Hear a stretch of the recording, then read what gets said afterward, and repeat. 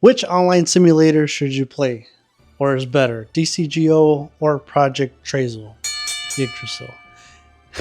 I will answer these questions or help you answer this question, but I think the most important question for yourself to ask yourself is, which one should you play? Which one are you going to get a benefit more out of? And before we get into that, let's talk about the pros and cons between both. Starting off with DCGO, which is the newest one, came out roughly this year, 2024. We're still in 24, right? DCGO was created by a YouTuber named Huang Zero. He has a whole Discord channel. He's very well known in the community. Awesome guy, awesome work with DCGO, but we're still going to get into the pros and cons of this. So the pros is pretty obvious. It's automatic.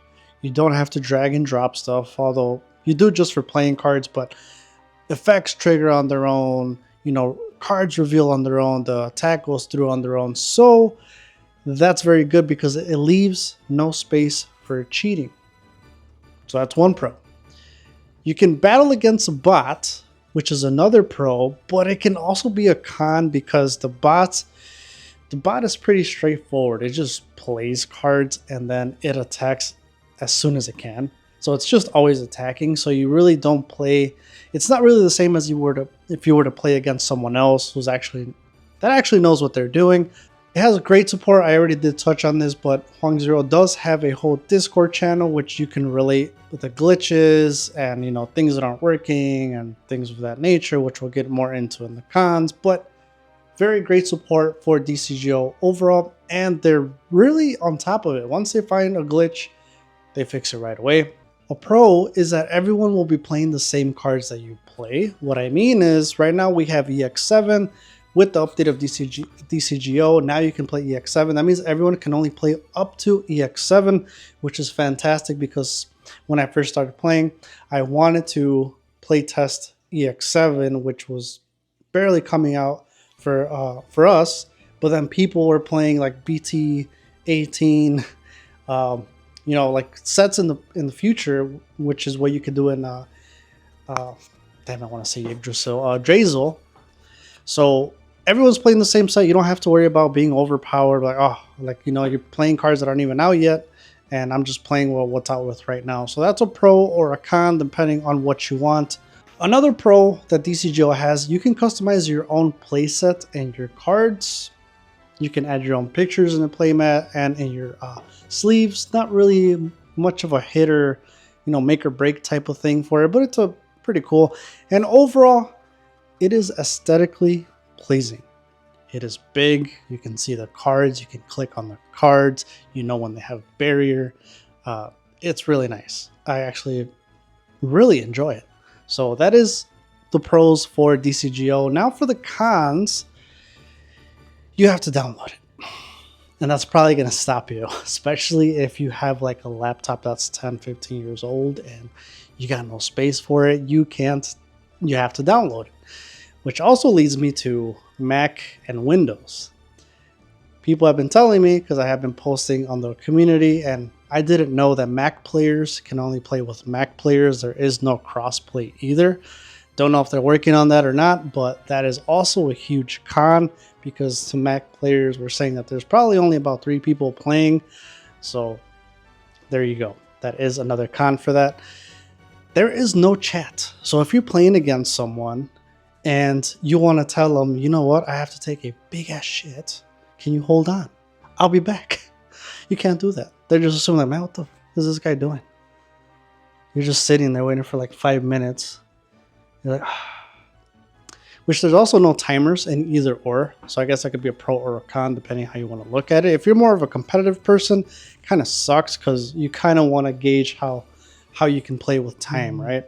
Another con of the DCGO is you can't playtest future cards. So cards that get leaked, right? So for example, we have Lucemon X Antibody that got leaked.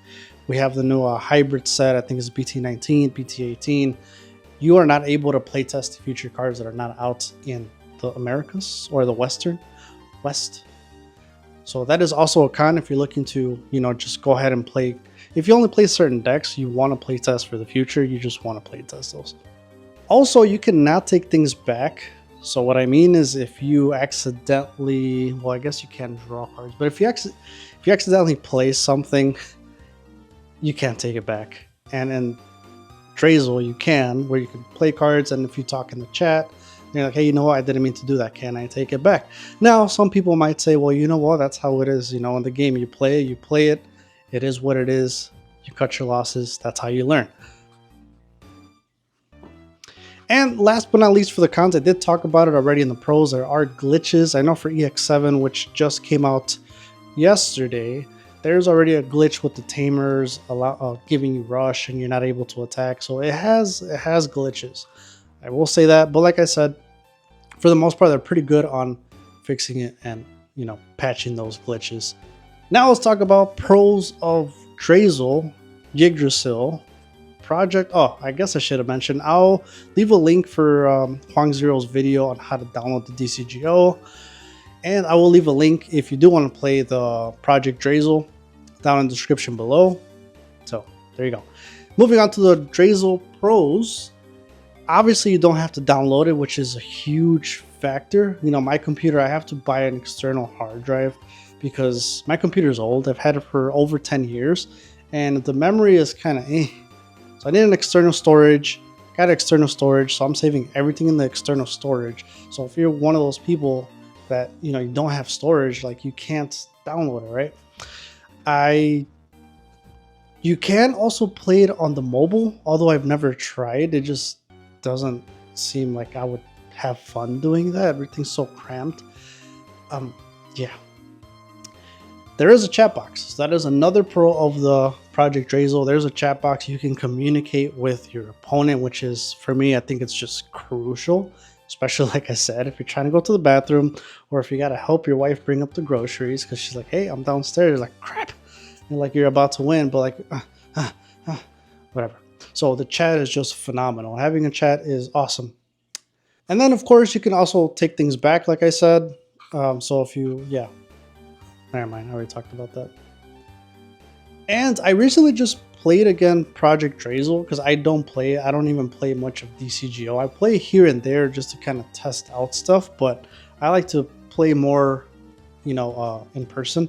So they added music in Project Drazel, which pretty good, you know, like because you're just sitting there. In Project DCGO, there's sound effects, but there is no music. It's not a big deal. I mean, you could just plug in headphones, listen to your own stuff while you're playing. So I don't think it makes or break for either or, but that is a pro that Drazel also does have. And so now let's move on to the cons. And I want to talk about this one because this one could be a con or a pro. But for Project Drazel, you have to literally click everything. You got to click to move the Digimon up from the breeding area. You got to click to reveal cards when you play a memory boost or a training. You have to click to add DP, which is a new feature they finally added. You have to literally do everything as opposed to DCGO where it's automatic. You just play the card and it does it for you, reveals cards. You just pick the card you want. So the reason why I say it's a pro or a con, because as a new player, if you're playing DCGO and you don't play in person as much, you're going to get used to everything being done for you, that you're going to forget when it's time to, you know, like you're going to forget the phases, right? You move up, but then you forget, okay, you know what? I could also do this, or I could do that, or I could swing, because you're kind of just going with the automatic system. I don't know if that makes sense, right? You could forget to draw, you could forget to reveal cards, you could forget to put stuff back. So it's a pro or a con. I think for beginners, it's good to just learn the hang of it, but I much prefer you do everything on your own step by step so you can really grasp the game as it's meant to be played. But the DCGO is also just fantastic for veterans because you already know how to play. It's just easier for you. It's just more of like, you know, this is helping me play test, you know, or for me, it helps me with making content. It's just easier that way. Another con is that you can't create a private room in Drazel. You're in a lobby and you see whoever's online and you can invite them, which is, I guess, kind of similar to like a private room, but you would have to find your friend every time throughout the whole thing, which not a really big deal, and you invite them, or you could just invite whoever's on there, or they'll invite you and you accept it and you play. A pro pro for Drazel is that you can actually request you can actually request rematches. Unlike the DCGO, DCGO you just leave and that's it, right? There's no like best of 3 type of thing. Drazel at least gives you the option to be able to send that person a rematch and they can either accept or deny. Now, a big con for me for Drazel, I really think it's not new player friendly. And the reason I say that is because when players are playing, they expect you to know what they do and they'll just keep going, right? So if they're playing a certain deck, whatever it is, and they just, Digivolve level 3, 4, 5, the 5 plays another Digimon and now that activates something and it pops something. They expect for you to know all that. And then while you're reading it, they get a little impatient, right? They're like, hello, hurry up, right? So Drazel, I would say it's not really player friendly unless you're playing with someone that then, or although I wouldn't say that because there's sometimes where someone will tell me, hey, I'm new, then you kind of know to give them more patience and even help them out. So take that with a grain of salt. A big con for me for the Drazel is the interface is super small. Like the cards are like small compared to DCGO. It's just like aesthetically pleasing. Everything's big and just like in your face. Drazel, I have to like squint my eyes and I have to click the card because I'm like, is that card or a different card? So at the end of the day, it's just your preference of whether you want to be able to play automatically, which will be quicker matches, and everyone's playing the same cards that you're playing, or do you want to be competitive and you want to test out cards in the future and do everything yourself, which could drastically take much longer playing a match. So it's really up to you. I think they're both great. They both serve their purposes, but me personally, I will go with DCGO just because I want to have a match. I don't want to have to worry about like, oh crap, now I stripped the source. Let me just manually take it out. And here we go. And now I have to manually put it in the trash. And then, it's like, it's just too time consuming for me. So I suggest try both because, you could end up liking Drazel more. You could end up liking DCGO more. You could end up liking both. You could end up using one for competitive, one for just playtesting. It is what it is. So which online simulator are you playing? Do you agree with my thoughts? Anything that I left out, please leave down in the comments below so people that are trying to decide which one to play, we could help them out. And I'll catch you guys on the next video.